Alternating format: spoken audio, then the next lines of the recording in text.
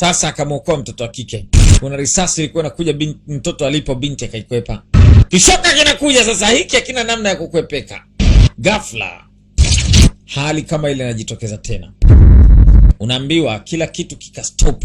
Kila kitu, hadi hewa imestop. Sijiulize mimi na wewe tunahemaje? Tumepewa ka nafasi kidogo. Kila kitu kikastop. Alafu baada ya kila kitu kustop, kila kitu unachokijua baada ya kustop, sasa ndio kuna jamaa mmoja anakuja pale kwenye stopping. Stop gari, pikipiki, bajaji, kila kitu kimestop. Utaki sasa?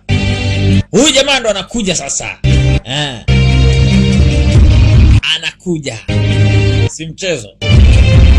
Amezuia kila kitu, hakuna kinachofanya kazi. Risasi vile vyote, paka makaratasi yalikuwa na ruka, mamboga mboga, kila kitu kimestop. Ni yeye peke yake anakuja. Kwanza akaona mfunge yule banditi. Banditi mmoja mkuu alikuwa hapa, akamfunga kamba kwanza. Kisha akasogea yule binti alipo pamoja na yule mtoto. Kisha anakwenda kuwasogeza ili kupisha kile kishoka pamoja na ile risasi, afu anaviachia. Afu anaachia vitu vishuke sasa.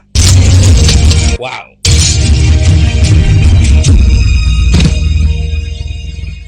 Barita anashangaa.